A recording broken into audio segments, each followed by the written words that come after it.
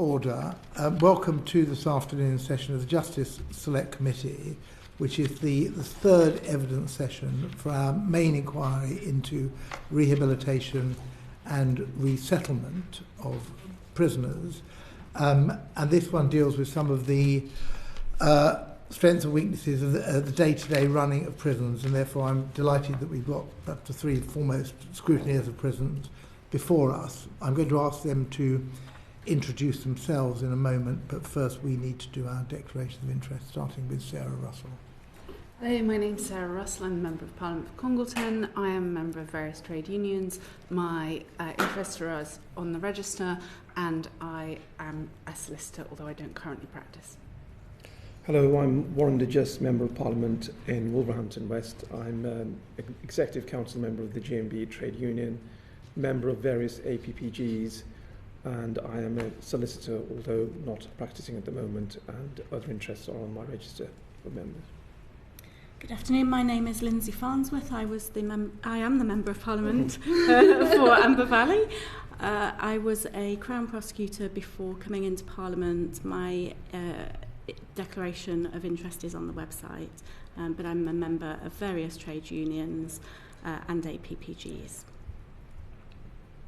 Andy Sword, I'm the chair of the committee. I'm a non-practicing barrister, a member of the GMB and Unite Trade Unions, and the patron of two justice-related charities, Harris's and Fulham Law Centre and the Upper Room for Ex-Offenders.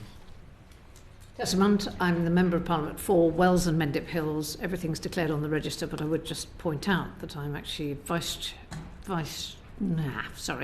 I'm a director of a non-profit making organisation, Whistleblowers UK. Hello, thanks for coming in. Mike Tapp, the MP for Dover and Deal, and previously worked for National Crime Agency. Neil Shastri-Hurst, Member of Parliament for Solihull West and Shirley. I'm a registered barrister, and my interests are as those declared on the register. Good afternoon, I'm Pam Cox, MP for Colchester, and my interests are as declared on the register. Thank you very much. So we have a single panel session today. Adrian Usher, the Prisons and Probation Ombudsman, Elisabeth Davies, the National Chair of the Independent Monitoring Boards, and Charlie Taylor, the Chief Inspector of Prisons. Could I ask, so we're delighted to have you here, could I ask you first perhaps just to introduce yourselves briefly, say what your role is, and perhaps say how that is distinct from the other members of the panel, and indeed how you work together in terms of the scrutinising of the prison estate. I'm Adrian Usher. I'm the Prison and Probation Ombudsman. The Ombudsman's role is to provide prisoners with a voice outside the prisons, essentially outside the prison walls. Once they've exhausted the prison complaint system in primary complaint and appeal, they can come to me and my organisation to assess their complaint. I also investigate all deaths that occur in prisons in England and Wales. I have some other functions around special inquiries, but that is the essence of my role. I just check, does that mean that provided they've gone through the complaints procedure, which is similar to any other ombudsman, can any complaint be referred to you for a serving prisoner? Yes, and I do have some discretion if they come direct to me without having gone through the first and secondary stage. In some circumstances, I might decide that it makes sense for me to investigate if they've come direct. Thank you very much, Chair. My name is Elisabeth Davies. I'm National Chair of the Independent Monitoring Boards. Independent monitoring boards are made up of over 1,000 unpaid public appointees, so they might be kind of referred to as volunteers. They're operating in every prison in England and Wales and every immigration detention facility across the UK. Now, it's worth kind of thinking how independent members of the monitoring board, are members. They're the eyes and ears of the public. They're supported by ministers to perform a vital task, which is independent monitoring of prisons and immigration detention. They report on whether the individuals held there are being treated fairly and humanely, and whether prisoners are being given the support they need to turn their lives around, which is kind of particular relevance for today. So I would say just think about that place of detention in your local community, that prison you walk or drive past. What are the assumptions that you're making with regard to that prison? Should you be making those assumptions? Maybe you're just very well suited to become an IMB member.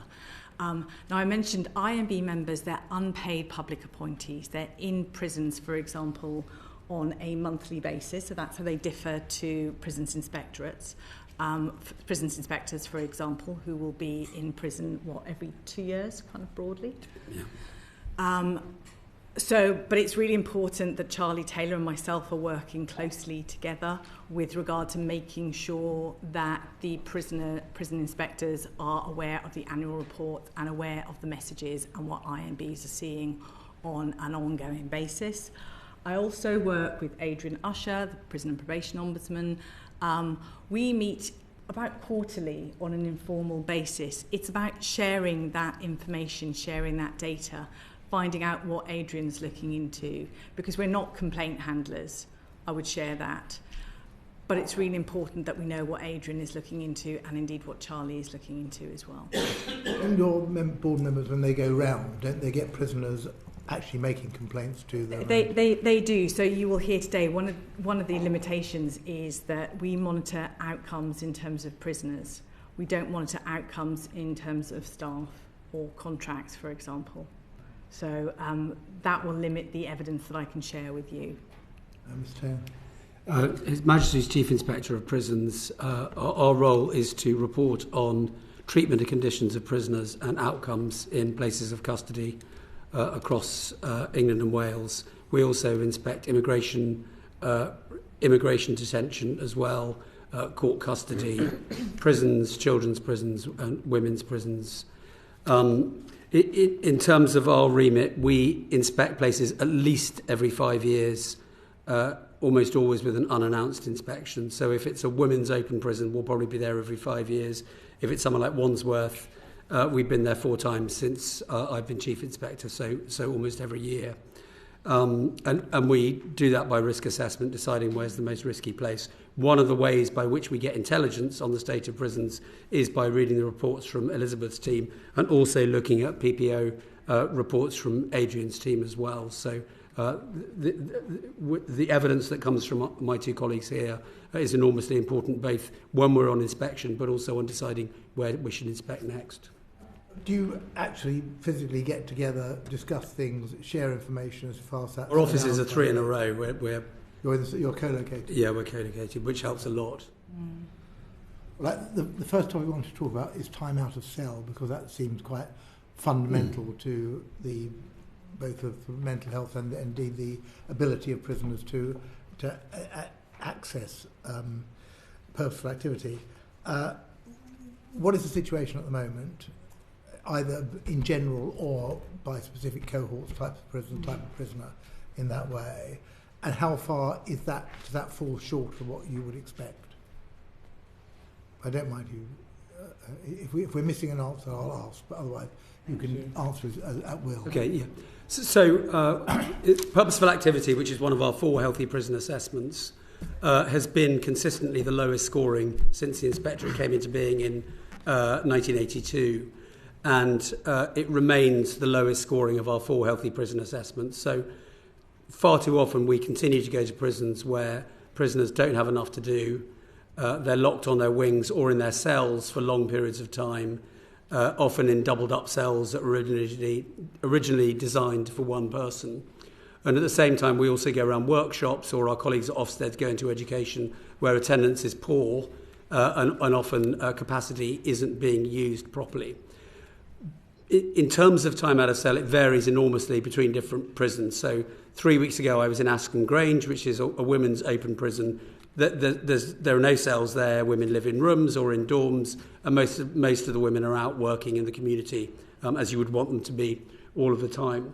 If you then went to somewhere like Wandsworth, what you would find is a high proportion of prisoners are sharing cells that were originally designed for one person, and they're often locked up for up to 22 hours a day.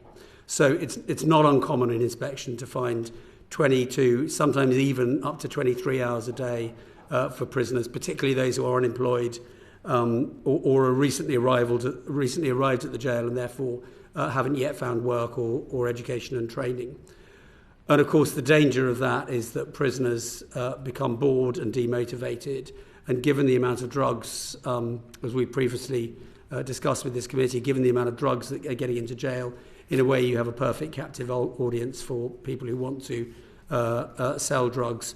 So what we found in a recent inspection of somewhere like HMP Ramsey, Category C prison in the East Midlands, was that many prisoners were telling us that they had developed a drug habit since they'd come into prison. And a lot of that was to do with the paucity of the regime that many of them were exposed to. So it tends to be the higher, but it tends to be the Category B reception prisons that are the worst. We then see big variety in other jails. So somewhere like Rochester, a quarter of prisoners were locked up at the time when we inspected. You go to somewhere like Oakwood outside Wolverhampton, where prisoners can expect to get at least 7 to 8 hours out of their cell a day minimum. Okay. And if you've got prisoners who are locked up for 22 hours a day, presumably in that 2 hours they're allowed out, purposeful activity may not be their priority. If they've got to have a shower, if they've got to indeed, they will want to have a shower. They'll want to get some fresh air. They want to do things like ordering from the canteen, those sorts of things. Just talking to officers to try and get whatever issues they've got fixed. Put in applications. So very often, what prisoners will say is they will have to choose between going to the gym, going outside, having a shower, getting to healthcare appointments. So there's a lot of pressure in that very small period of time. Can I ask Mr. Usher, do you get many complaints based on this, or have people just got resigned to it? So in the worst of COVID, we were getting over 250 complaints about lack of regime. Last financial year, we got across the prison estate in a year, we got over 250. If last year was an average year, that's about 125 complaints we got about regime. I don't think we're a great barometer on the complaints side, because my experience is that as we approach full capacity in prisons, they gradually sort of regime grinds to a halt. It gets harder and harder to deliver it. There is less fluidity in the system, and for a period of time, a prison may essentially lock down. Now, for a prisoner to complain about that, to me, he is or she has got to have gone through the complaint system, the appeal. That might take several weeks. By the time they get to me, it may be that regime has eased up a bit, and they're not feeling quite that pain to persist and come to me. But that 125 still do is, I think, is relevant. From my point of view, that the complaint side, of course, is important. But I think what's incredibly important is on the self-inflicted death side, we know that work and purposeful activity, time out of cells, are all really important protective factors. And if you start taking those protective factors away, we know from some of the things complainants say to us, as the effect on their mental health is really can be quite severe.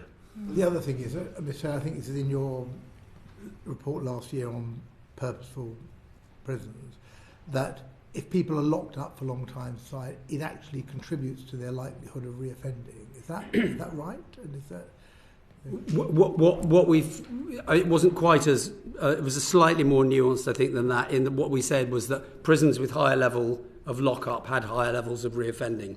Yeah. We didn't make a direct causation between the two, but there was definitely correlation.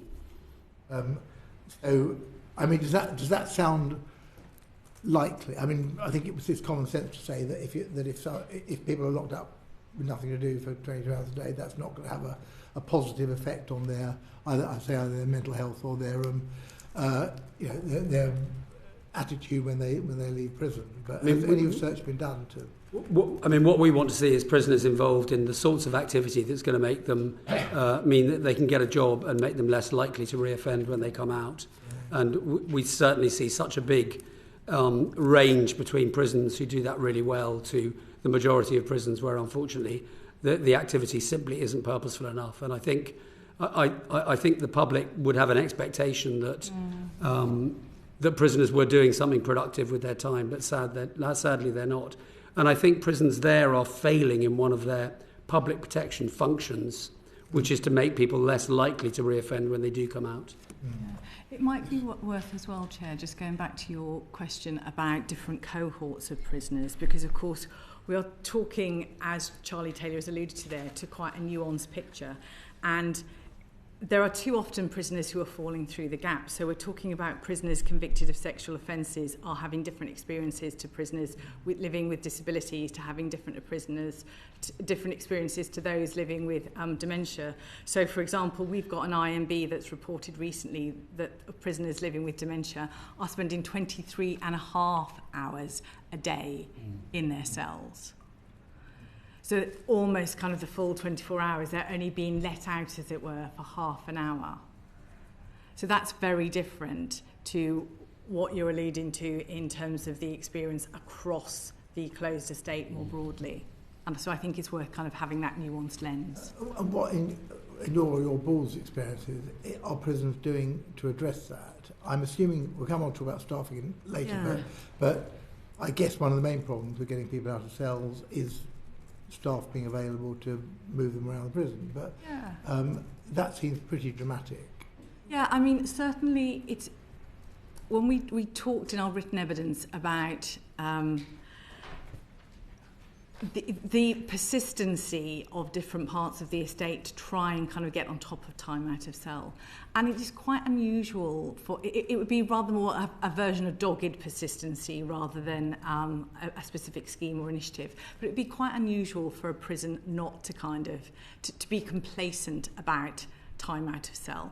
So we're having some IMBs, for example, in a Young Offenders Institute are reporting levels that are concerning. But I would suggest that more broadly the prison estate is hugely aware of time out of cell, and it is a key barometer which is being counted.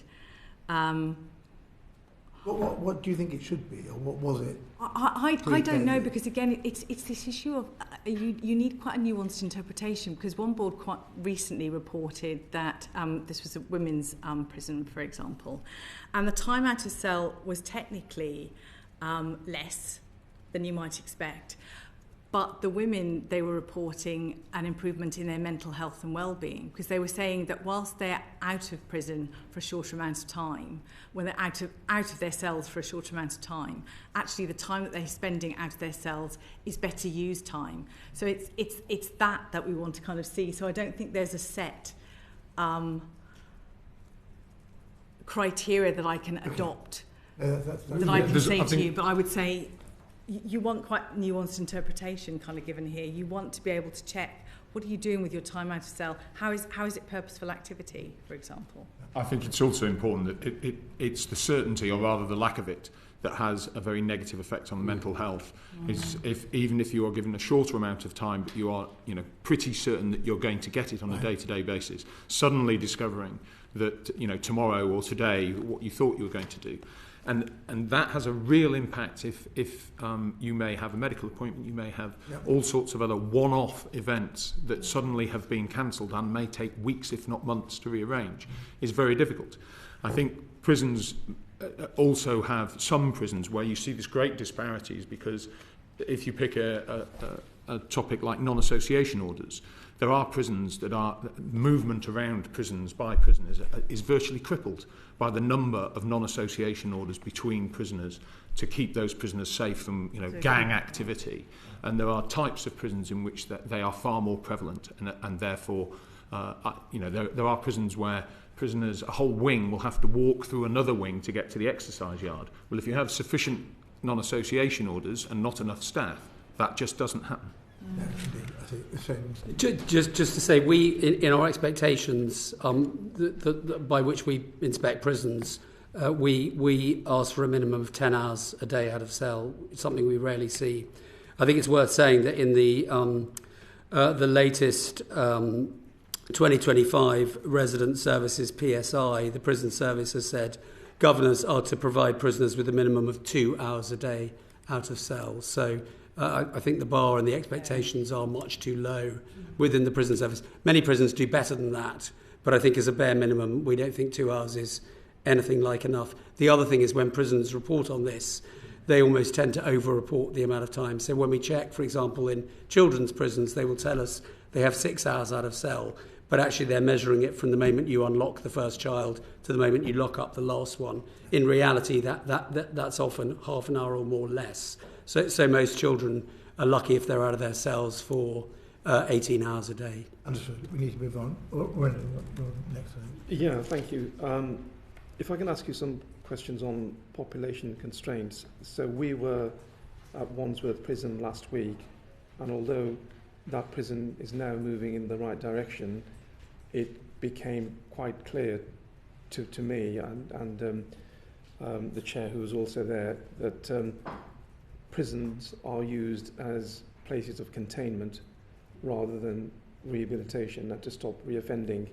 And we've had the Howard League for Penal Reform who basically said that any ambitions that we have for prisons to be places of rehabilitation in the context of gross overcrowding and capacity crisis are extremely difficult, if not impossible, to achieve. And they also said that overcrowding affects the physical and mental health of not only the prisoners but people who are working there. And Criminal Justice Alliance has said that prisons can't operate effectively if the capacity crisis is not resolved.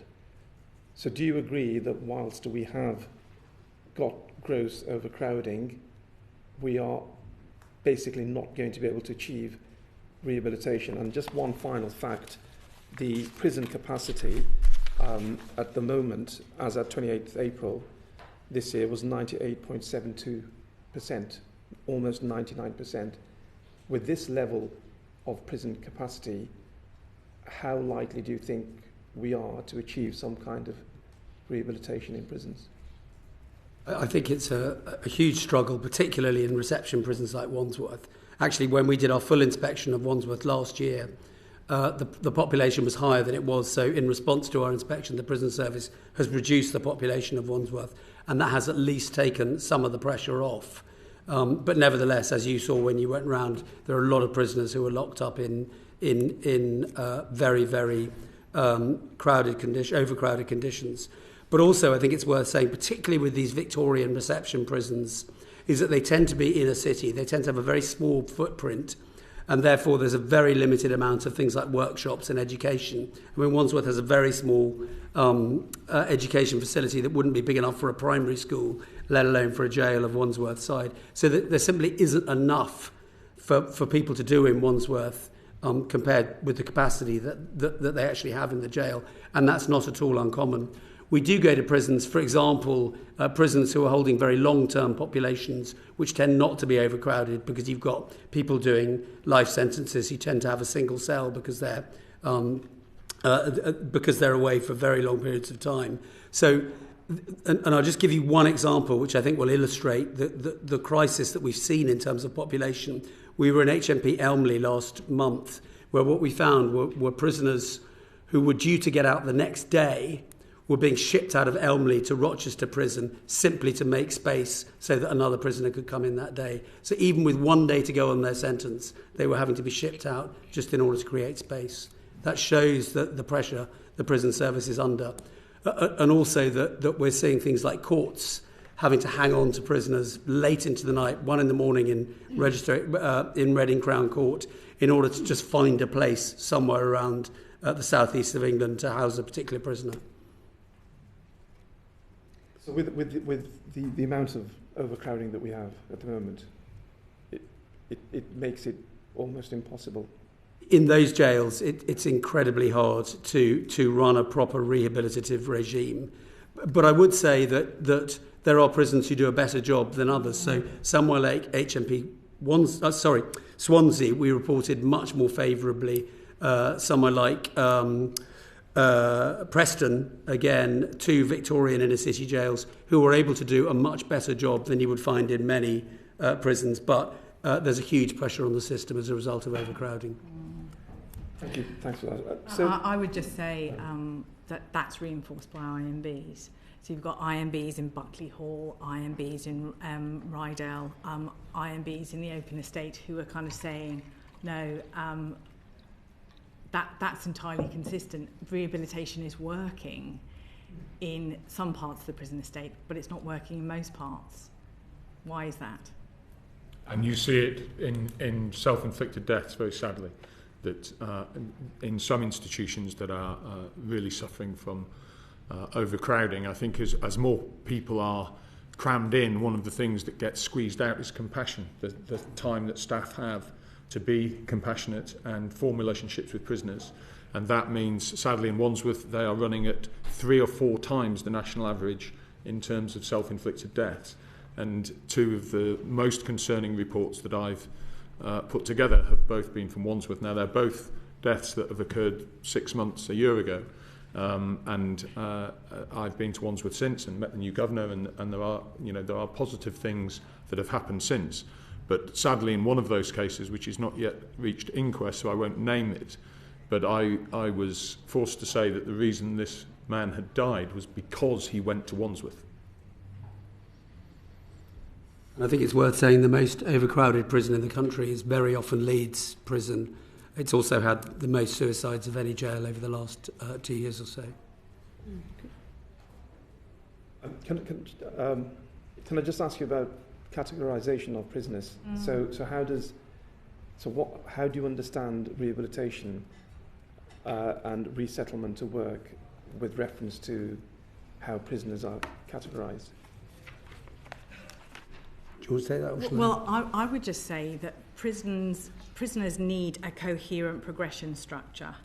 And so when the system is working, prisoners benefit from receiving tailored support at each part of their journey through the system. And that's a crucial part of a prison's rehabilitative function, is what it's able to provide different prisoners at different points in that progression. When there's a breakdown, then absolutely you have real challenges in terms of that. But I think when the prison estate has that coherent progression function in mind, it works. There was a follow-up on that matter. How many suicides have there been in the last 12 months, 24 months? So it would be around 95 to 100. We've seen the numbers creeping up slightly. It's because that's still a relatively low number out of 90,000. I wouldn't want to put too much emphasis on extrapolating cause from that, but we've definitely seen them go up, and we do tend to see them go up as capacity goes up. 95 over what period of time? A year. So it's about one every 3.5 days. Just a final question on overcrowding. So do you agree that because of the overcrowding pressures, that prisoners are not put into appropriate prisons in accordance with their needs, and what effect does that then have on rehabilitation? I can give you a couple of examples of that. The Category C prisons are divided into 2 types. One is a resettlement, and one is a training function. What we're seeing is, because of the capacity issues, lots of training prisons are also having to do a resettlement function. That means you might get a prison like Ranby, which is a rural prison in the East Midlands, is having to resettle prisoners who've often come from all over the country. But also what we're seeing in resettlement prisons, such as somewhere like Lancaster Farms, is that prisoners who would have expected to spend 18 months to 2 years in that jail as they got towards the end of their sentence before they got resettled, very often what we're seeing is prisoners coming in for a very short period of time, and that can be quite destabilising too. Because in the past what would have happened is, if you were given a relatively short sentence, you would have stayed in Wandsworth and done your sentence there, or in Elmley, but now what happens is you get shipped out. As soon as you've been sentenced, they're trying to ship you out as quickly as possible.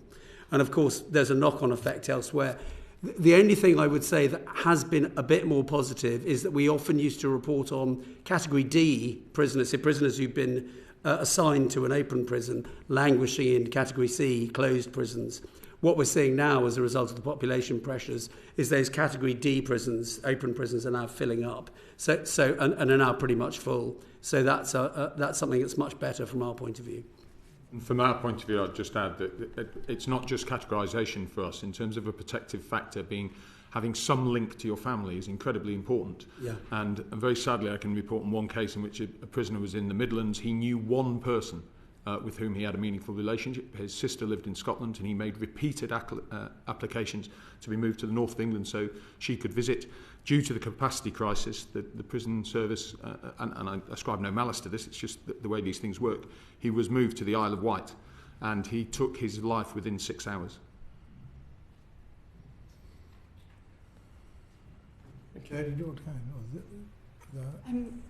So I was wondering how much the system ends up spending on suicides. And secondly, I also wondered about whether or not you think there is an effective rehabilitation regime in prisons in relation to people who've committed domestic abuse offences, and what the likelihood is or rates are of people who've committed those sorts of offences reoffending. In terms of financial cost to the prison service of suicide, I couldn't put a figure on that. There's some nuts and bolts of this. The prison service contributes to the funeral costs of all people who die in prison, so that will have a cost attached to it. But the cost overall of suicide monitoring, when it's done well, when risk is identified, assessed and identified and mitigated properly, that has a cost. It increases the number of staff that you are required to look after people who are at risk. But I try and speak to the family, the next of kin of every single person who, bereaved family member who is somebody whose loved one has taken their own lives, and consistently what they say to me, one of the things they consistently report is the difficulty in trying to maintain contact with individuals due to a variety of administrative issues. So it's the reason I took the job that I've taken, but it's an enormously complicated issue, and there's some tremendous stories of incredibly dedicated and compassionate members of the prison service who do, I've no doubt, save hundreds of lives every year across the service. I really believe that. But sadly, I believe 100 people in 2025 killing themselves every year in our prisons is too many.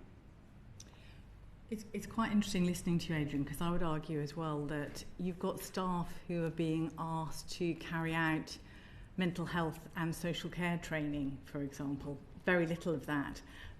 They're not trained to do what they're asked to do. And very many prisoners who are very, severely mentally ill people in our jails whose primary carer is another prisoner. Yeah. Thank you very much. And I'd like to continue on the topic of overcrowding and prison pressures, and ask to what extent should all prisons, regardless of their category, be required to deliver rehab and resettlement function as part of their core component to their operation? What do you think, Charlie? Because I think this comes down to, if the prison estate is working properly, then I don't think it is a requirement. But the question is whether the prison estate is working properly. But going forward, I think the categorisation is absolutely right. And it's right that only certain prisons carry out that rehabilitation function. But you need the right prisoners in that prison at the right time. And I would argue that's the issue in terms of overcrowding. It's the population pressures and whether the right prisoners are in the right prisons. But that's my thinking on the progression piece.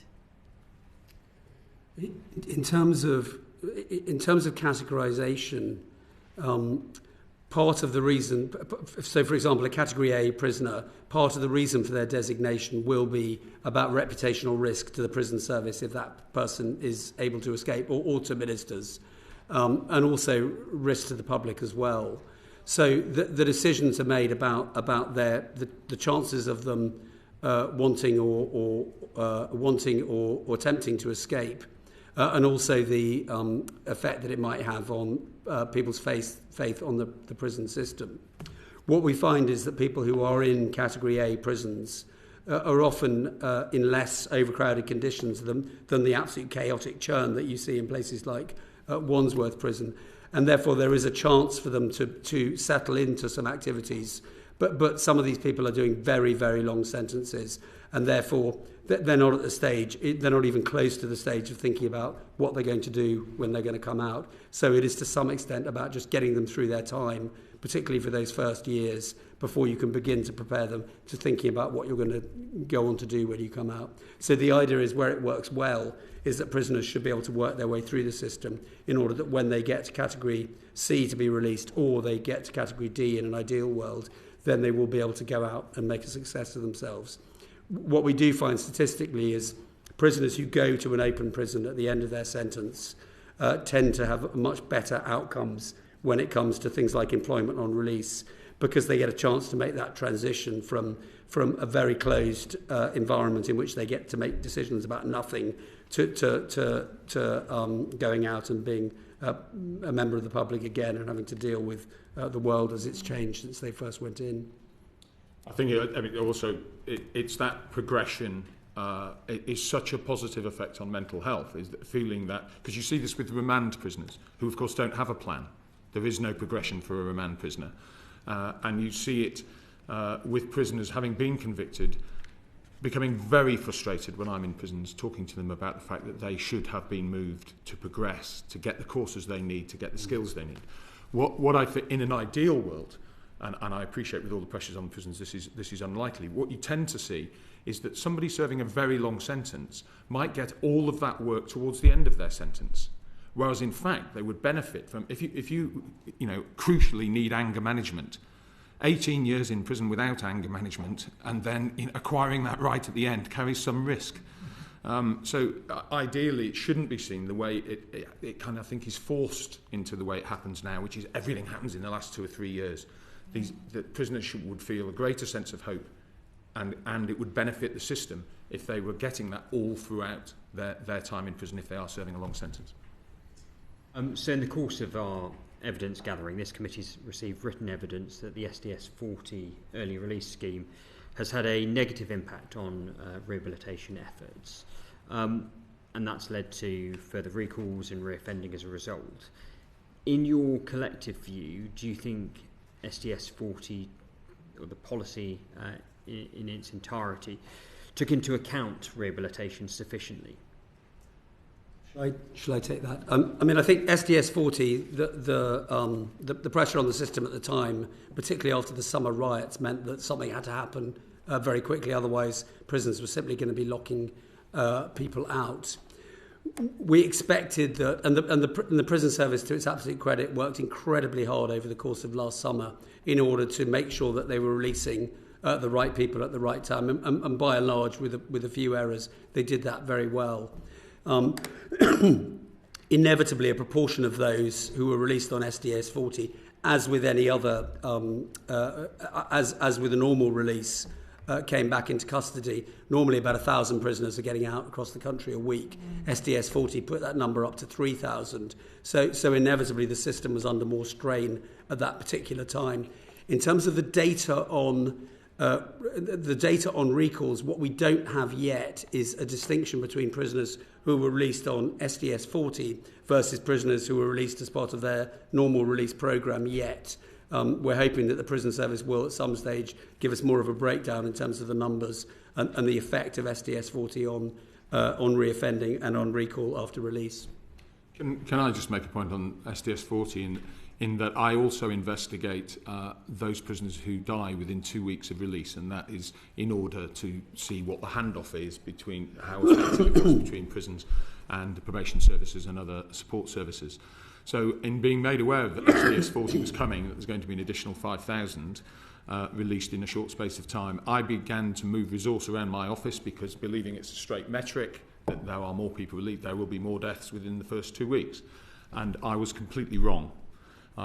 In that cohort of SDS 40 that were released, to the best of our knowledge, none of them died within the first 2 weeks. Now, again, the numbers are very small, and I wouldn't want to place too much of a reliance on it, but if I believe that the reason that happened was there was such a spotlight on this release programme that all of the things, and the prison service did work incredibly hard. I wrote to Phil Coppell and I wrote to Kate Davies, the head of the NHS provision, to congratulate them on the fact that these people hadn't died. But I believe that that spotlight meant that all of the support services that should always be in place were in place. Prisoners were not released homeless. They were given drug and alcohol referrals. They did get proper health care. The slightly double-edged sword to my letter of congratulations is, of course, that you've shown that you can do it. You were asking briefly there, has SDS 40 had a negative impact on rehab efforts? Yes, inevitably there were unfinished programmes and prisoners released were not necessarily prepared for reintegration. It's very clear that SDS 40 was an emergency measure, and the government was probably aware of that and that it would impact on rehabilitation, but had little alternative, I would suggest.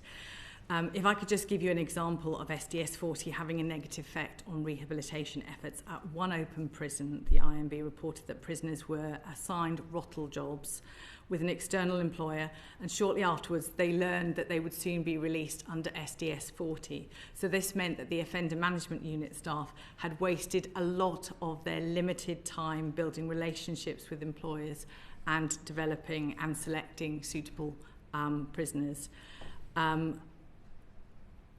Boards, as yet, only have anecdotal information. But if we had an IMB sitting here, that they would say anecdotally, yes. Some boards would say that they have observed higher rates of recall from SDS 40, especially in the women's estate, but it's too soon to say. And obviously, all of us are waiting to see what the data says. And I take we're only based on anecdotal evidence at the moment, but do you have a sense how future tranches of any early release system could be improved to ensure that those who are already taking part in rehabilitation programmes are best served? So I would say there are two things that clearly have emerged from the way SDS 40 was handled recently, and that's the importance of communication with prisoners to avoid panic. So I would say that's absolutely critical. The second is the importance of solid offender management unit and probation staffing, which I referred to earlier. And I think now that SDS 40 itself has become business as usual, this is an area that we're often critical of anyway. Preparation for release is one of the areas that we look at, and we're often very critical of this. But there isn't the mad panic that there was around the time of SDS 40 just to get people processed in time. So it has now become business as usual. But what we often find is that still people are going out homeless, people are going out without being allocated to proper services out in the community, that often probation staff are very stretched. And we often come across prisoners I remember talking to a guy in Chelmsford Prison who said that he was due to come out on the Monday, but he would be back by the end of the week. And sure enough, by the end of the inspection, he was back inside the jail because he was being released homeless and he was going to breach on the terms of his licence. I'm going to ask you all to take out your crystal ball at this stage and look forward to the sentencing review. And what impact you anticipate that will have on alleviating any pressures within the prison system, but also the impact upon rehabilitation? Well, I think from the Inspectorate of Prisons, let's wait and see what comes from that review, but I think from the Inspectorate of Prisons' point of view, anything that reduces the overcrowding that we see in many jails, that provides better opportunities for a proper rehabilitative work, training, employment, education, that has to be a good thing. I would suggest that this is all to do with the ability to build a rehabilitative culture. So IMB's boards have serious concerns about their limited engagement with rehabilitative activities. So I would suggest that that's where you want to focus the attention really on, is that issue of what constitutes a rehabilitative culture. And just wrapping up my line of questioning, we've touched upon it already around the remand population. What impact do you think the increasing remand population has had on the ability to carry out rehabilitation for longer term prisoners, and how can one engage and incentivise remand prisoners to take part in those rehab activities, thereby minimising disruption? I think it's incredibly difficult because the remand population, you don't have a prison plan and you're very uncertain as to when your case will eventually be heard. One of the things that's concerned me about the remand population is that I've spoken to prisoners who are saying they're changing their plea because their solicitors advise you are never going to get more than you've already served.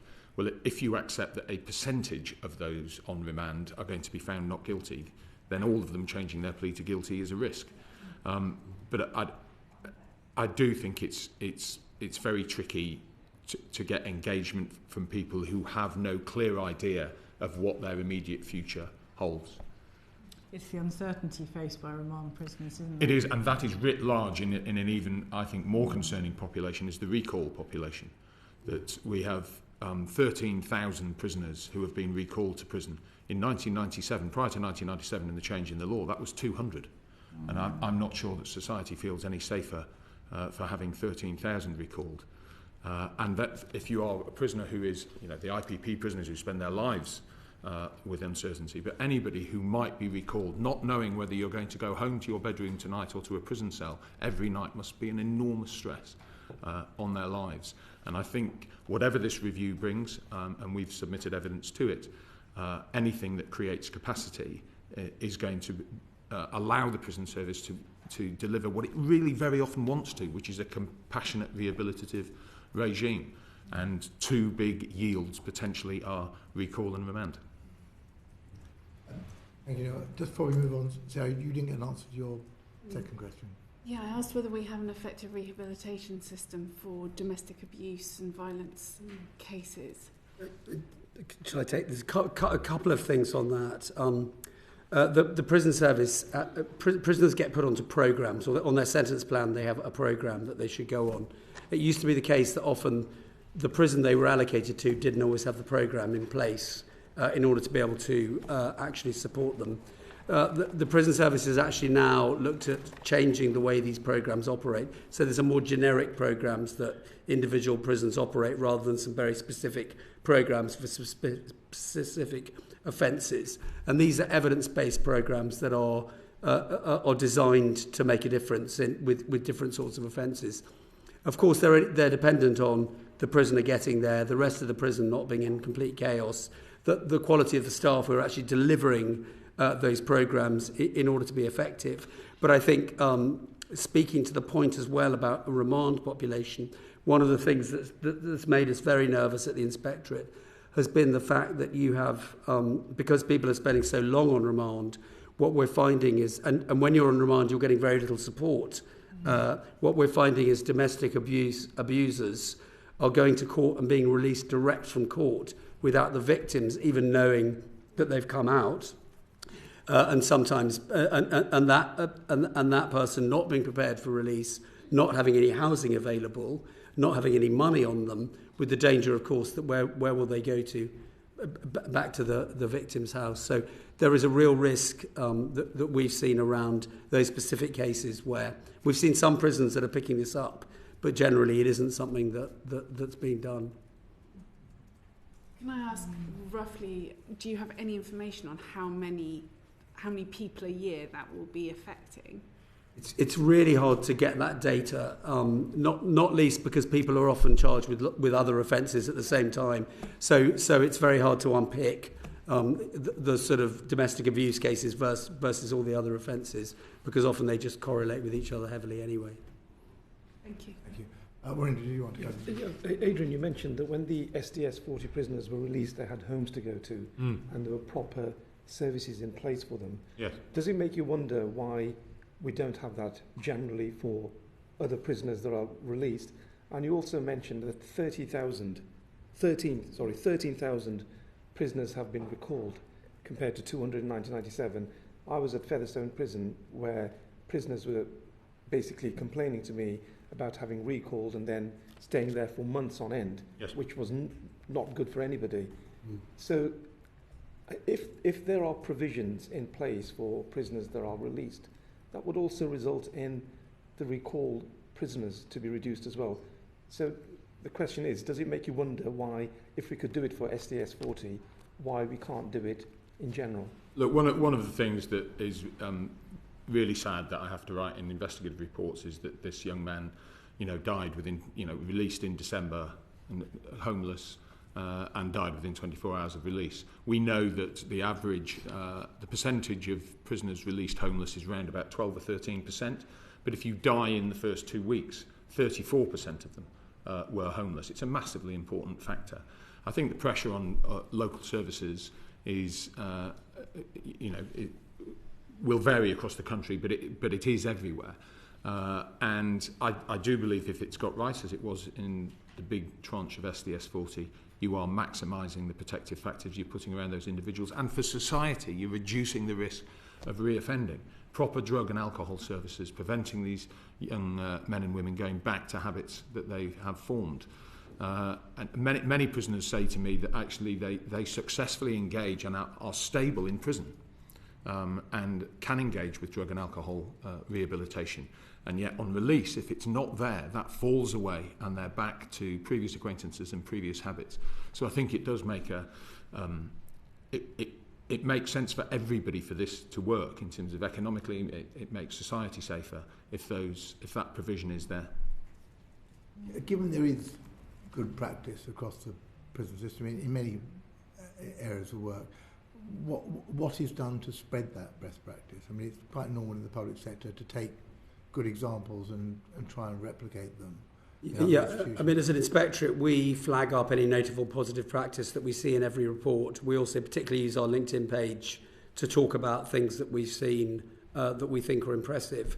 I think the prison service isn't as good as, say, education, where I came from, at actually cherry-picking ideas from the most successful, understanding why it is that some establishments are more successful than others, and actually really learning from that. I don't think that learning culture is as good as it could be. And I also think there's an artificial and unnecessary divide between the private sector and the public sector.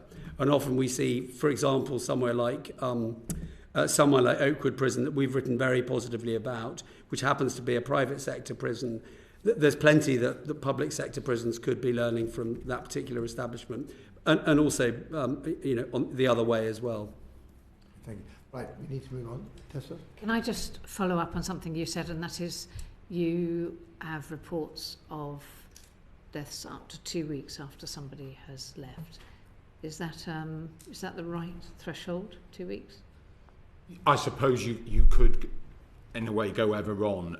I think the focus on the 2 weeks, it was introduced, I think, shortly before my appointment. I think the intention is that to see what's the relationship between the prison offender management and the community offender management programme, and are they linked in properly? And sometimes they are, and sometimes less so, and I may be slightly critical. But the one thing I always write, which I suspect may very well not be true, is that I write in reports of the death of homeless young men and women that I'm sure that local authority will take notice of my report.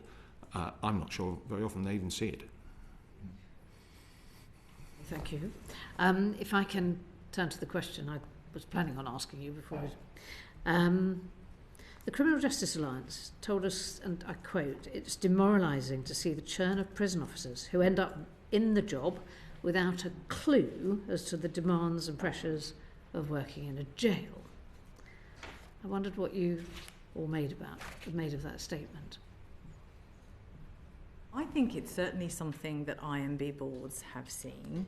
It was a particular problem in the youth estate. So I remember talking to some officers in the youth estate, and they'd been under the impression, if you like, that they would be youth justice workers, I would describe it as, with a strong focus on rehabilitation, supporting individual children.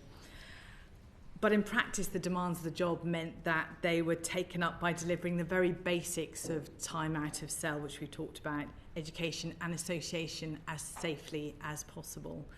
So they felt more like prison guards and less like youth justice workers. And if they were here, they would say that the role that they advertised, that they thought that they were applying for, that they thought that they were receiving, that they thought that they were successful in, was different to the actual role.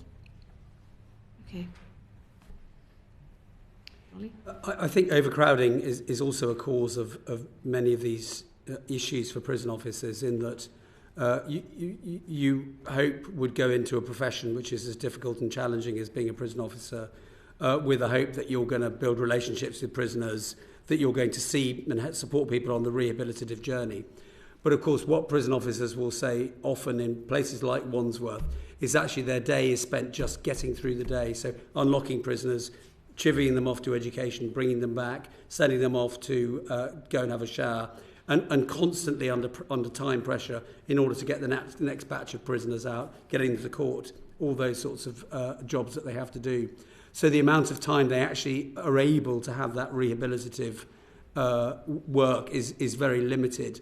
On top of that, you've got many prison officers who are incredibly experienced, who haven't been in the role for long at all, and therefore they don't have the opportunity to be able to build up that skill set to learn to be really effective. It takes time to get good at being a prison officer, even if people are talented when they start, and particularly where they're being supervised by people who are also not that experienced either, which we see in many of the jails that we go and visit.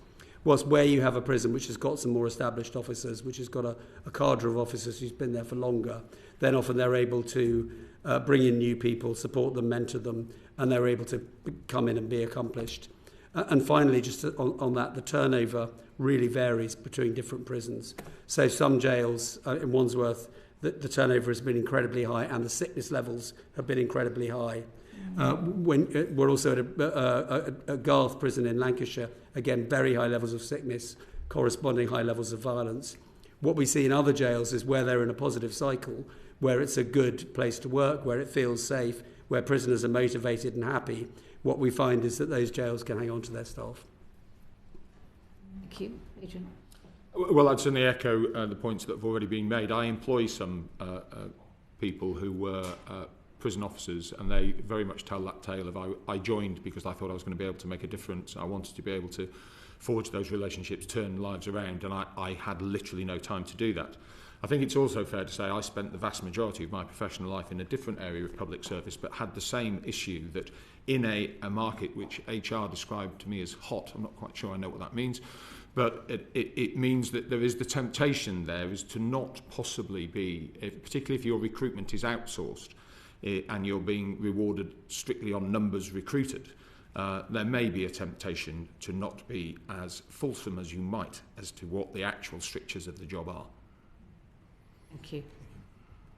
Mike. Thank you, Chair.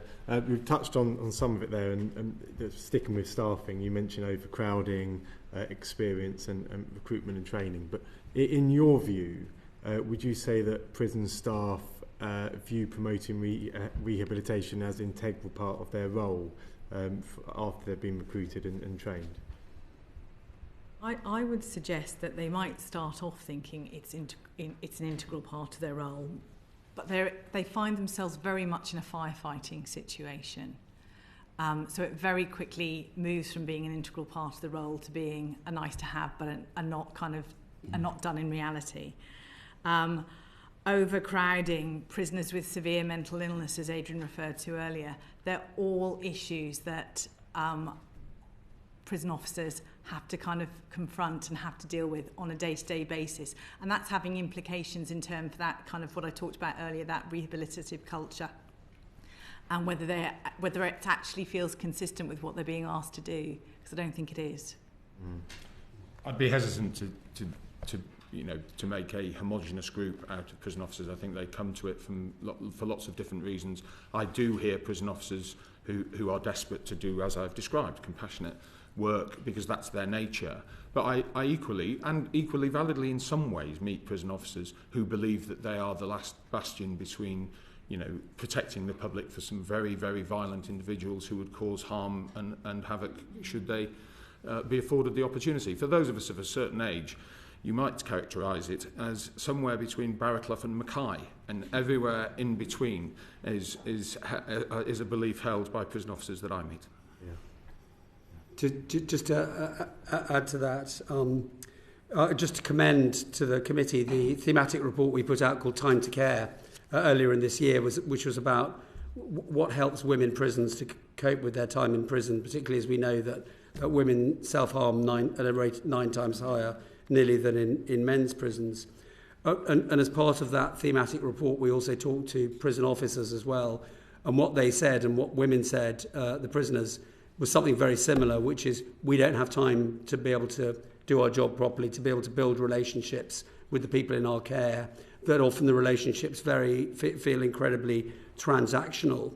And also what staff told us was that they were having to deal with some incredibly traumatic levels of self-harm amongst the women, and they were getting very little support with dealing with that afterwards. So if you're in an environment that is fundamentally mentally unhealthy, if people, both who are living there and working there, are under enormous stress and enormous strain, it's very hard from that to be able to create a rehabilitative environment. So the first thing always has to be just people feeling safe, both as they live in the prison and as they go about their work in the prison.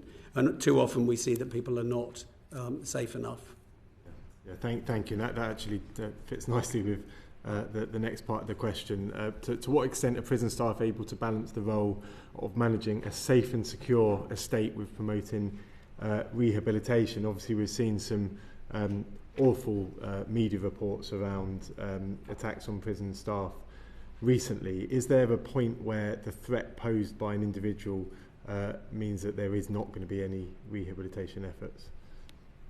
Well, I think there's a very small number of very risky prisoners, some of them who are in the what's known as the close supervision centre system, who are in effect in the deepest custody in the country. And those prisoners, probably the deepest custody is at Wakefield Prison, where these are prisoners who because of the risk that they pose to other prisoners and to themselves and to staff members, are kept almost entirely in solitary confinement. And at Wakefield, for example, if they go on the exercise bike, it's actually within a sort of cage where they do that. So there are some very risky men out there. But I think what we also see is that where you have a prison that is safe, where it's productive, where prisoners got something to do, where staff are authoritative, where actually behaviour management systems are really good and really effective, where there's a consequence for doing the wrong thing and there's a consequence for doing the right thing, actually what we find are places are more stable, and then you get better behaviour as a result of it. In my previous job, I was a head teacher, and it applies equally to what we see in schools, that if the rules are clear, if people stick to the rules, they understand how they're supposed to behave, both staff and pupils, then you tend to get much better behaviour. Where there's a sense of chaos, more bad behaviour just bubbles up, and staff feel out of control. And when they feel out of control, it makes life very difficult, and it makes them inevitably running less trusting of prisoners, more inclined to avoid any sorts of situations in which there could be a risk involved. And would you say that lack of control would come from overcrowding and understaffing in general? Overcrowding, understaffing, lack of experience, facilities that aren't good enough, regimes that aren't productive enough, and also clarity of leadership as well. We did a thematic report about prisons that motivate behaviour really well. And actually where we go to places that do it well, where you see is that leaders really establish the boundaries. This is what you're allowed to do here. This is what you're not allowed to do here. This is the consequence if you do the right thing. We're going to motivate you. We're going to incentivise you. This is what happens if you do the wrong thing. And that makes things much clearer for staff and also for prisoners as well. Thank you very much, Mike. Sarah? On that topic, really, in terms of setting boundaries, could you please describe the recruitment process for prison staff as it currently occurs? Shall I take that? Well, there's an advert. I was looking at the website yesterday. It's interesting because I used to preside over the recruitment of teachers into the teacher training system. And I was just comparing the two websites for recruitment into the prison service and the recruitment for teachers. And one is very austere and not very user-friendly, and one is extremely user-friendly. The teaching one has had much more investment in it. You then apply for the job online. Assessments are done. There's no face-to-face interview. You're also not assessed by people who are going to be employing you ultimately, so governors have no say in the people who ultimately work in their prison. And the first time they meet their new staff is when they walk onto the wing for the first time. There can be often a long period of delay for vetting as well, particularly if people have lived overseas for a period of time. So the danger also is that you recruit someone, they're potentially really good, but they get so bored of waiting for the vetting process to come through that they simply vote with their feet. The idea that I would employ a member of staff who I hadn't met and who I hadn't interviewed face to face is just fanciful. But sadly, that's what happens with prison staff. They get 8 weeks of training, and what governors will say is that just isn't enough in terms of really preparing them for what it's like when they walk on the wings. And therefore, the dropout rate within the first year, it's hard to get an exact number on it, but it's somewhere around a third dropout within the first year. And is that delivered under a contract through the private sector? How is this organised? This is through the prison service. It's organised through. There's some recruitment that goes through private sector organisations for lower level jobs, but by and large, but for prison officers, it's through the central team. Obviously, private providers have their own arrangements for recruitment. Right, so private providers don't go through that process? They don't go through that process. No, they have their own. And so, do the governors in the private prisons choose their own staff? They have more input when it comes to their own staff, yes they do. And there's also face-to-face interviews by and large in the private sector. Why did we stop doing that in the public sector? I think it's simply a matter of economies, the time it takes, the amount of people coming through. But my feeling is if you recruited the right people in the first place, you wouldn't lose so many, so you'd create capacity by doing that. But at the moment, there aren't face-to-face interviews. There has been a pilot at HMP Berwyn, where the prison was involved in its own recruitment, and the conclusion was that it didn't work and the prison wasn't interested. Actually, I've been to the prison last week, and that wasn't quite what the prison was saying about it. What do you think governors think of the process as it stands, and what would they like? There's a huge amount of frustration because they can tell, someone walks on the wing and they can tell very quickly that someone isn't going to make it and not be up to the job. And what that means is a huge amount of investment has gone into that person. They put their colleagues potentially at risk and other prisoners at risk. And then it may be that finally, to get rid of that person, they have to go through some protracted HR process to be able to do that. So it's a huge source of frustration for prison governors, the quality of people they get through the door and the lack of real input that they get. If someone's going to be a prison officer, what you really want to do is test their values. You really want to find out what they think of prisoners, what they think the point of prison is. And to some extent, you can do that on an online interview, but you really want to see the whites of their eyes when you do that sort of interview. Lots of people want to come in just on this point before I come to Lindsay. So can I just thank you.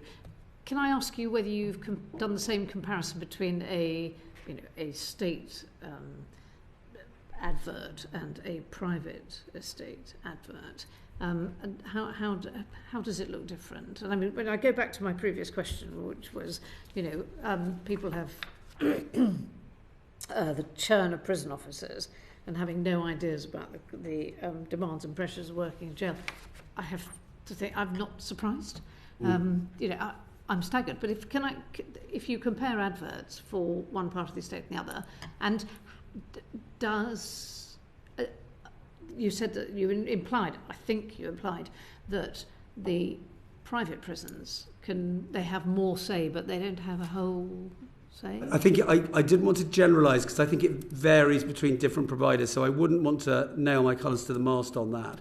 But certainly when you look at the websites for private providers, they look better. I mean, the private sector is better at some of the PR than the public sector is, I think it's fair to say, generally.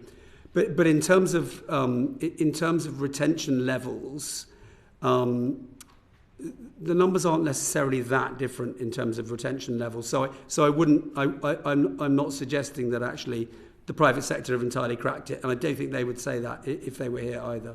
And is there? It sounds as though you've done some work on this. Have we got that? We haven't. This was our own research in order to prepare for the. This is something that I've had a lot of interest in because I think, because of my background, it's an area that I think really needs thinking about and taking on. Because if we got really good people in to start with, then we wouldn't lose so many of them, and then we would. All the governors we see raise this. All the present governors. Yeah.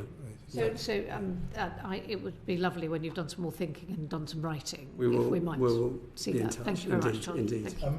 Pam, do you want to come in on this? Not on this. Okay, fine, very good.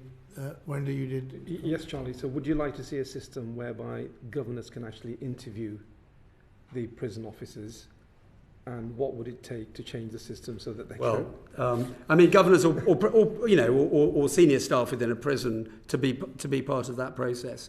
I don't know, to be honest. In a way, it's a conversation with the prison service, but it feels to me that it's just not a satisfactory way to recruit people, and the evidence shows that they don't hang on to the people they do recruit.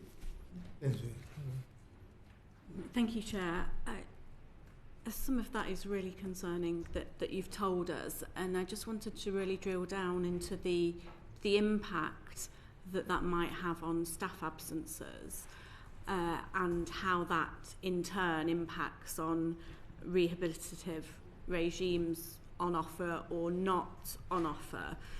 So there is bound to be staff absences because of ill health, and I think we've learnt of some really concerning levels of mental health illness from prison staff as well, but also obviously absences, not of particular staff, but absence of the number of staff due to some of the things that you've just been talking about, Charlie, in terms of the recruitment and delays and issues there.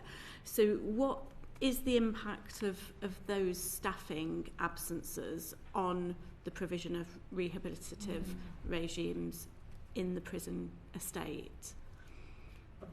I think what's interesting, and it won't be surprising, is that the better the prison, the lower their sickness rates are by and large. So what we saw when we inspected Wandsworth was that they had very, very high levels of sickness where staff are demotivated, where they're often exposed to very high levels of risk, where often staff are subject to assaults.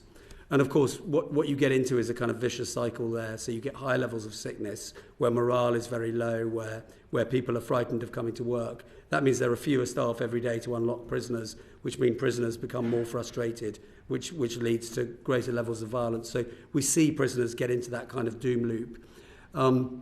But I think also that there are other pressures on the system elsewhere. So almost at the other end of the spectrum, what we see in some jails, you've got very elderly populations. For example, in prisons holding sex offenders. And what that means is that staff are often spending their time out at hospital, either on bed watches or taking prisoners to appointments on the outside. And therefore they're not available to do the day job, as it were, when they're back in the jail. So it isn't just about sickness, it's also about other pressures, training, that mean that very often we see what they call the non-effective level in prisons, i.e. staff who are not available for duty, at sometime like 40%, I think it was, in Wandsworth. We've also got lots of people temporarily promoted as well, which means, again, they're not in the front line anymore because they're doing a managerial job. And can I just add to that sickness is not one of the other causes of sickness, of course, is the stress of being in a working environment where you don't know what you're doing. The level of training is something that all prison governors, in my experience, complain about. And the evidence that it's insufficient are the number of prisons who have supplementary training for new people joining their establishments, which shows that what they've been told isn't enough. Increasingly, I'm seeing in interviews we do with staff, sadly after deaths, are members of staff openly saying, particularly as His Majesty's Inspector has just said, people promoted temporarily without adequate training, and they are saying in interviews, I did not know what I was doing, and I have been complaining that I did not know what I was doing and have not had any help. The stress of those, so alongside the violence, this piece of I really don't know what I'm doing is a burden to carry in that environment. I can imagine. And is it also the case that you've got inexperienced staff then having to fill the gaps that they're leaving when they've been promoted, maybe prematurely? And also, on the contrary to that, on the opposite extreme, are you having people that have been perhaps employed for a specific role, maybe a key worker role, that actually isn't able to fulfil that role because they're filling gaps elsewhere? Do both of those apply, or I mean, not? Certainly just in terms of the key work question, it is not uncommon for prisoners to tell IMB members that they don't even know who their key worker is. So that's something that's continually happening.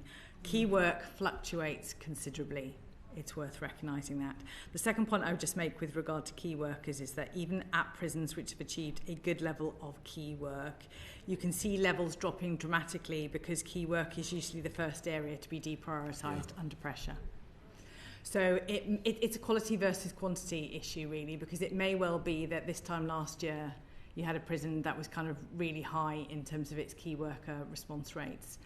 Doesn't necessarily mean that you're going to kind of see that now, and that's what I'm hearing from IMBs. Certainly, in terms of our investigations, we are regularly critical that no meaningful key work has taken place with somebody for a very long period of time who's taken their own life. Our experience of talking to prisoners is that many prisoners not only don't know who their key worker is, they haven't heard of the key worker scheme. It's extremely patchy, and the prison service, as I understand it, were given funding to deliver this comprehensively across the system, but it came at a time of a recruitment crisis, and they nearly, in sub-establishments, nearly all of those people recruited to be key workers are doing other jobs.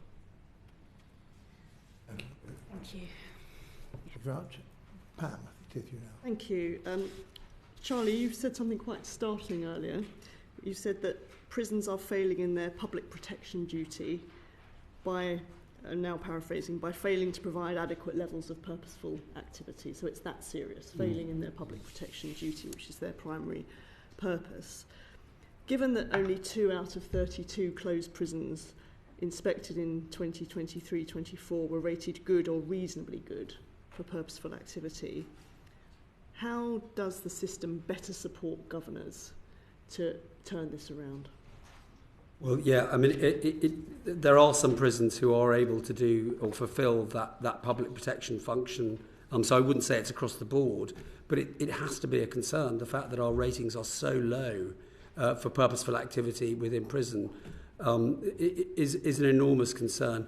I mean, one of the things that governors will say is that they don't have much say over over education and the contract, that it's let centrally. They have some say over the curriculum and what should be on offer, but they sometimes feel constrained by the contract. They're also not necessarily skilled or trained at managing contracts with an education provider. I mean, I think the level of autonomy that governors have, compared to being a head teacher, is really astonishingly low. So these are really experienced, really impressive people in some cases, incredibly dedicated public servants who really know their stuff, who actually talk about being constrained by a bureaucracy that doesn't let them make decisions about things that they think are in the best interests of those who live and work in their prisons. So, it is a real concern. It's a real concern that prisoners are not getting into the sorts of real work habits that are really going to help them to hit the ground running when they come out. But I would commend prisons like HMP Hatfield, like HMP Haverig, that I've visited recently, where there is a real commitment to employment on release. And Haverig has a sex offender population who are notoriously hard to get into work because of the nature of the offence and obviously various employment opportunities barred to them. But they've made a real point of finding employers in which the offence won't pose a risk and being able to get people into work. So there are jails that do that, particularly our better open prisons. But I think as a whole, the prison is failing in its rehabilitative duty to make the public safer by stopping people from reoffending. 35% of prisoners reoffend when they come out within a year, and those are just the ones who get caught. Thank you. Another thing you said was that there was a weak learning culture in the sector compared to other sectors. So how do you think it's possible to incentivise the sharing of good practice? Well, actually, the prison service is looking to develop a leadership programme because there's remarkably little training for leaders. There's remarkably little training for custody managers, who are the equivalent of sort of sergeants within the prison service. So they are looking to do more in this space. But at the moment, governors get no so you get given the job of governor and your name appears on the door, but you don't get any training in how to do that job. In terms of custody managers, I spent a day with the armed forces looking at the way in which they train sergeants, and there's an incredible amount of input goes into making sure that you select the right people and you really train them up. because they're such a critical part of the armed forces. In the prison service, the equivalent is custody managers, who are the senior uniformed staff, but they get almost no training at all in how to do the job. Thank you. I don't know if our other panellists have anything to add.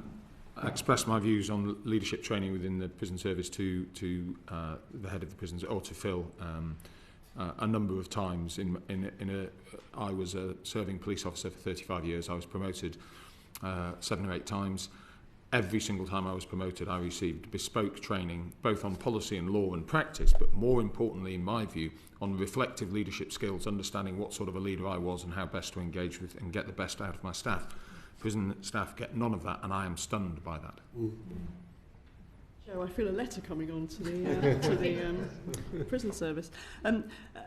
We've heard from prison officers in our various visits and from other people presenting to us that there are a vast number of contracts operating in any given prison. How many different contracts are there in an average prison, to your knowledge? Well, I couldn't answer that, but what I could say is that the prison governors and prison staff spend an awful lot of their time managing contracts that are either defective or not delivering, and they're not therefore governing.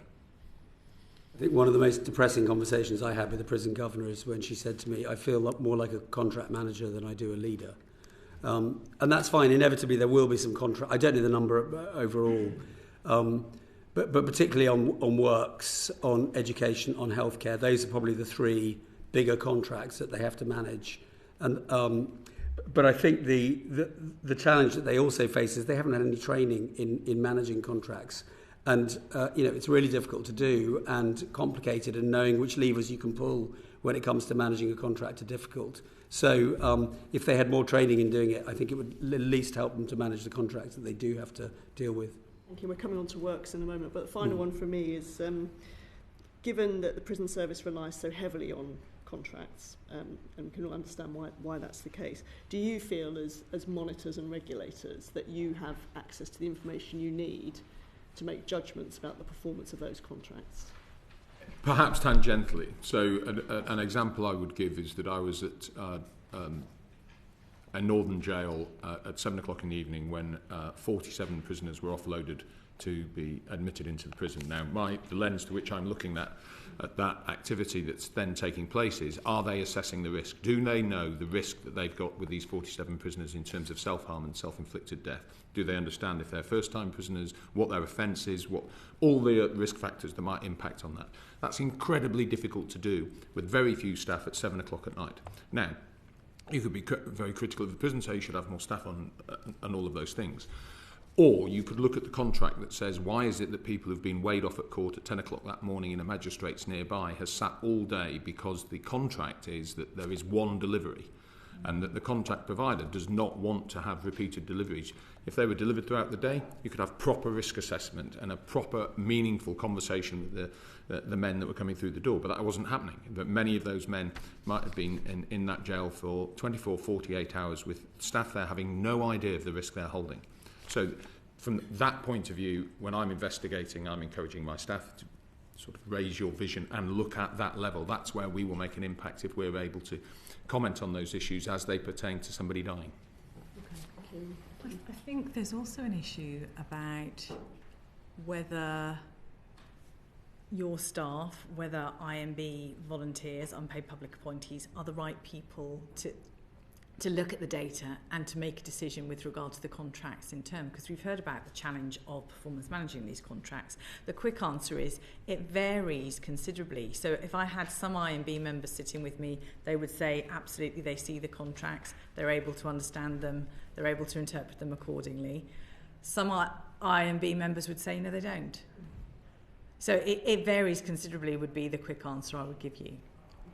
I think from our point of view, there's a limit to how much we can go into the nitty-gritty of contracts. Ultimately, what we're commenting on is what it's like to be a prisoner in HMP-X, and obviously the contracts are a part of that.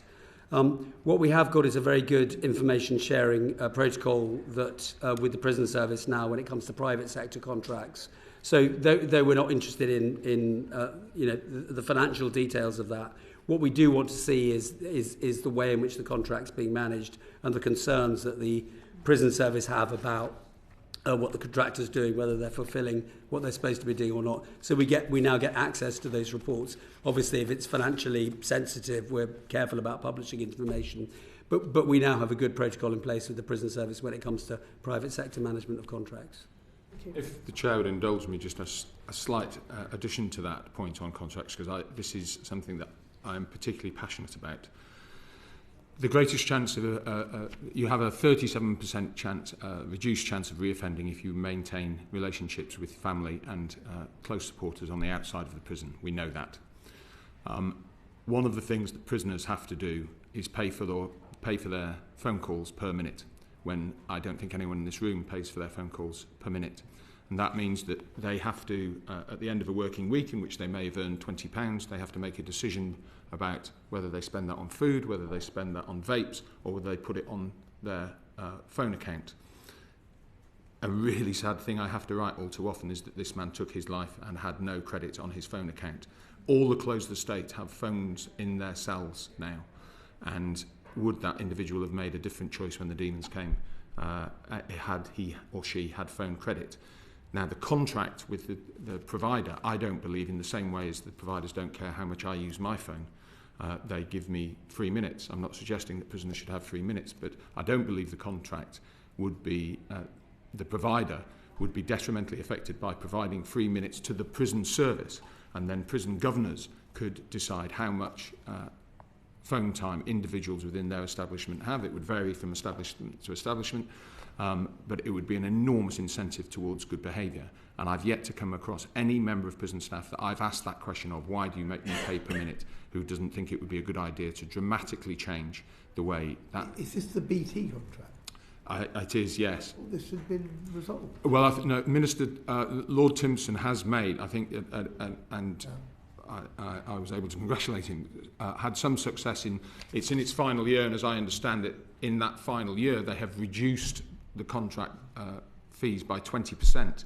But I think it's the fundamental point that if BT were receiving the same amount of money per year, the cost of providing the call is zero. And prison governors could use that in a really effective way.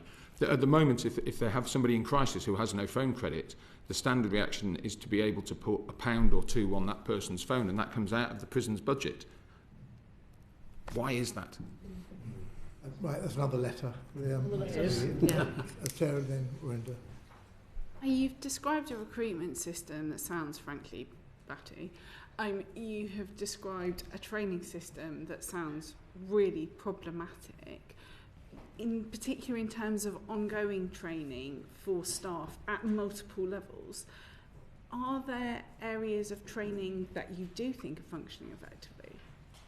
The retraining on restraint, on physical restraint, that tends to be something that is kept up to date with prisoners, and that does happen. So prison officers are obliged to be retrained and have refreshers, and that by and large does happen. But elsewhere, no. Can I caveat that slightly, Joe? I would agree with you that prison staff are motivated to be able to keep themselves safe. But it is a relatively recent introduction of de-escalation as being an absolutely pivotal part of the start of that process, and not resorting instantly to physical restraint when confronted with a non-compliant prisoner. So I think the prison service should be commended on taking steps down that path, but they're fairly nascent steps. And what you just said, Adrian, about the prisoners not having any credit on their phone is really, really disturbing. And the first visits that I ever made to a prison, the first thought that came into my mind was that any prisoner in here would want to know how can they maintain contact with their family. I mean, that was the first thought that entered my mind. But on the issue of procurement generally, who is responsible for monitoring the effectiveness of that?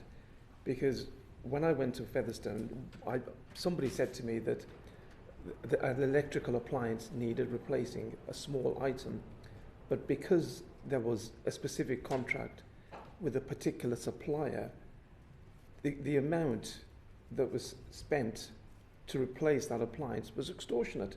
much more expensive than what you would pay for if you went to a local electrical shop.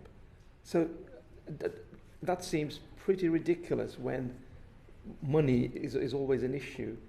My entire professional experience in public life public service has been that the public sector is very poorly served by the contracts that it signs. It tends to be lack of experience. There was a prison governor who will be nameless for obvious reasons, explaining to me that he had spent 3 days trying to get his soup machine fixed using the maintenance contract that HMPPS had with the company, and eventually it got his way around this. And this is so often the case, is that successful prison governors are finding ways around contracts, and he had a friend intervene in order to fix the soup machine. And it sounds like a trivial point, but for many prisoners that's their only hot meal of the day. And he's trying to run a calm and safe jail with an agitated population because they're not getting a hot meal. And also he's spending his entire time, rather than governing the prison and doing all the things he wants to do, trying to get a soup machine fixed. Sorry, Chair. No, I was just going to say, a governor said to me, I can't remember whether it was ovens or fridges had broken down, and so they had to get some hired through some procurement exercise to hire them. They'd spent 60 grand on hiring them. It would have cost 20 grand to have replaced them. Is this the case with contracts across the board? I mean, those are quite straightforward contracts, but we've looked at education and health, and also voluntary sector involvement. And so you've got a big estate. You think you would have economies of scale, and therefore you can employ specialists appropriately, and none of it appears to work. So you can't get things done on a one-off basis, but equally you don't get the economies of scale. That's our experience, but you may have more than we do. It feels like that sometimes. I mean another thing is about the stuff that prisoners can order, where the cost of stuff they can order, food or from that list are often much more expensive than they would be if they were able to order them in the community. I think the prison service is committed to doing something about that, but I'm not sure where we're at yet with it. Because prisoners' pay hasn't gone up anything like within inflation, and therefore, on 12 quid a week that they earn, it's often hard to make ends meet. Should be making, because we only seem to be in rooms where everybody talks about the problems and everyone agrees what the problems are. Who should be providing the solution here? Yeah. Well, you can write reports. We can write reports. Recommend. Who is not making these key decisions at the moment? I think sometimes there is within the prison service a fairly ingrained culture that they have done a lot of the things that they have done in the way that they have done them for a very, very long time. There is not it's not Google. There's not a fluid culture of change that is flowing through the system, and therefore new ideas sometimes can land on fairly fallow ground. I feel there are some solutions. As I say, the BT contract for me, I just think is win-win-win all the way around. That is, nobody loses out of that. Prisoners are more likely to be rehabilitated, they're less likely to reoffend, and they're less likely to kill themselves. That's the low-hanging fruit. Thank you. Right, we need to move on again, and now to Tessa. Yes. Elisabeth, your report in last November, the impact of the crumbling prison estate on prisoners. I wondered if you very briefly summarise your findings, please. Yes, absolutely. So we shared a maintenance thematic, as Tessamund has talked about. Boards have been reporting for years on the appalling physical conditions seen in the prison estate. The maintenance thematic highlighted that prisoners are being bitten by rats and spiders, that they're facing freezing temperatures, that they're having to go without showers or access to a toilet. And these problems are not just limited to Victorian prisons. These conditions can have serious consequences for prisoners' well-being across the piece. But they're also a dignity issue as well. And obviously one has to question how much a prisoner can be motivated to reform and rehabilitate when their basic human needs aren't met. And that's one of the things that the report really looks at. Thank you. So if I may, I'll move to Adrian, because you said in your evidence Many local IMBs report that prisoners are so accustomed to appalling conditions they lack the motivation to submit a complaint of any sort. So you gave some numbers which I thought was stunningly low.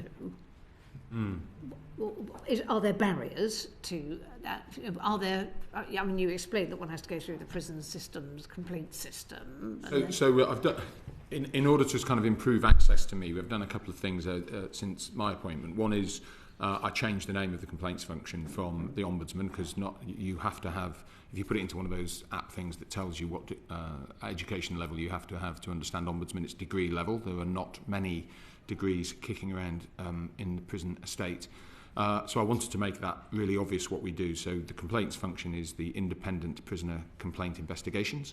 It's a mouthful, but it is, we have promoted that across the prison estate. We've seen a 20% increase in complaints that we receive, and I backed that up a year later by having IPSI ambassadors.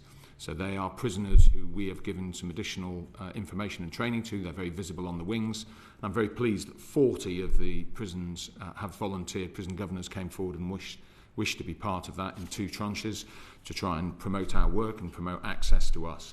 Having said all of that, though, I think complaints about sort of infrastructure are very low because of that. This is just, there is nothing that will happen as a result of this. I think there are, it's very easy to look at the old Victorian jails and think, my goodness, you'd have to tear the whole thing down. But I do see some, I of course always bow to Charlie's knowledge of inspecting in this way. But you do see some Victorian jails that are clean, the governor's running really well, doing a tremendous job. And also I think there are small infrastructure changes that don't cost that much money but have a kind of knock-on effect.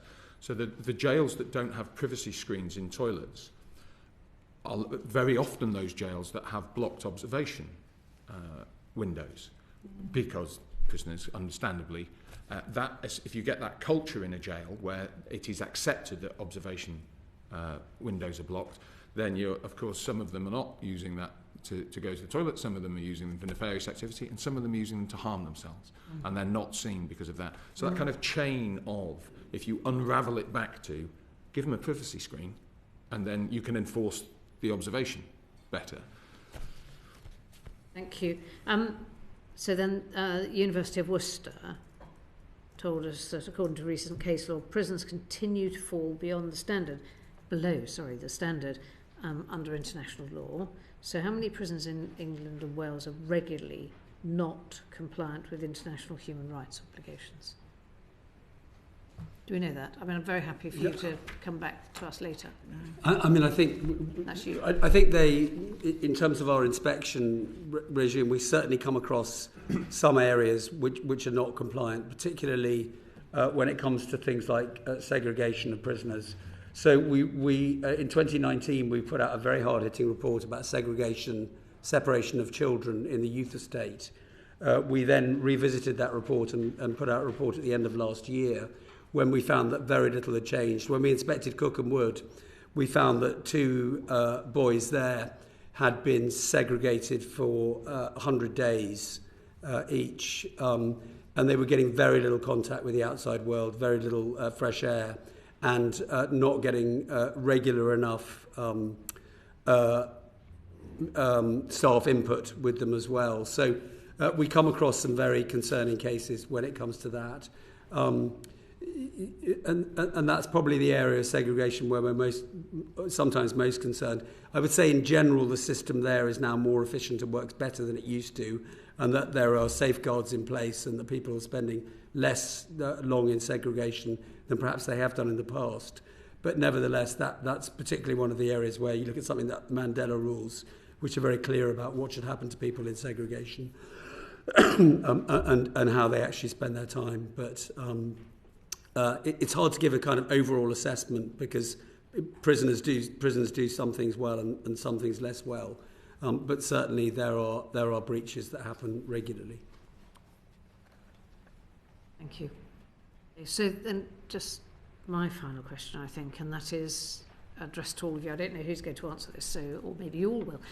National Audit Office highlights that the maintenance backlog has doubled over the last 4 years, reaching £1.8 billion.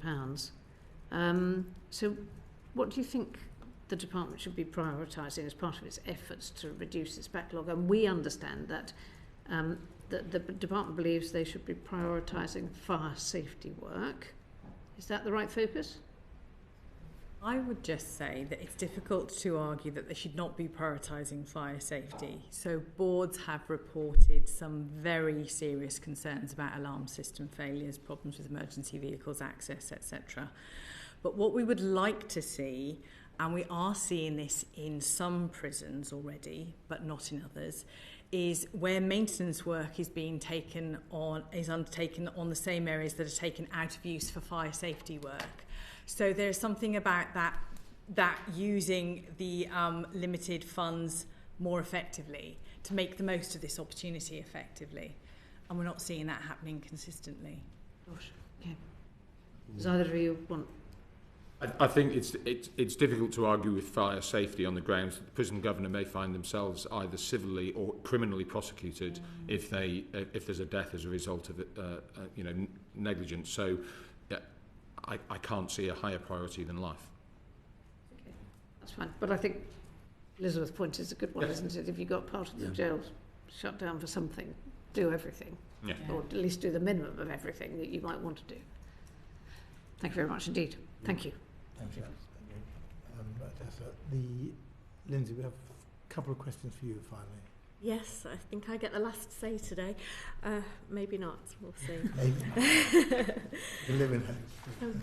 I want to just stick on to the topic of buildings and maintenance, but circling back to rehabilitative programmes and how the lack of space in the prison estate impacts the provision of rehabilitative programmes. I think, Charlie, earlier you mentioned that some of the Victorian prisons just don't have the space to offer some programmes or as many programmes as we would like.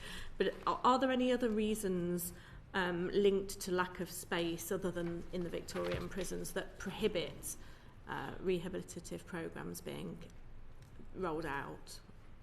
I would just highlight one of the issues that we've seen through IMBs is the issue of workshops, because they're one of the areas most commonly taken out of use due to maintenance issues. So that's due to kind of leaking roofs, vermin, heating failures, etc. But they're one of the areas that is most often left empty due to cancelled contracts or instructor vacancies. So I think workshops transcend both the maintenance issue, but they also kind of touch on that contractor issue as well. And where we're seeing workshops left empty, that obviously has a profound implication on rehabilitation. Why is that the case? Thank you. I think from our point of view, yes, there is an issue with just simply having enough space and activity spaces for the amount of prisoners. But I think what's also depressing is we also go to jails where they do have enough spaces for prisoners, but actually attendance is really poor for whatever reason. And either it's because the course isn't something that prisoners want to do, or that going on or getting people out to education training work is not something that's really being prioritised by the whole prison. So it isn't just an issue of space, it's also an issue of the attitudes within the prison and making sure that you've got really high quality staff in order to teach in workshops or in classrooms.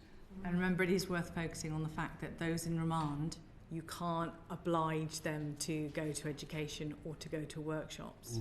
So it kind of just picks up the longer period of remands now that we've talked about already impact on that as well. And I've visited a prison, for example, in the northwest, and I think the prison was about 80% prisoners were on remand, which is huge.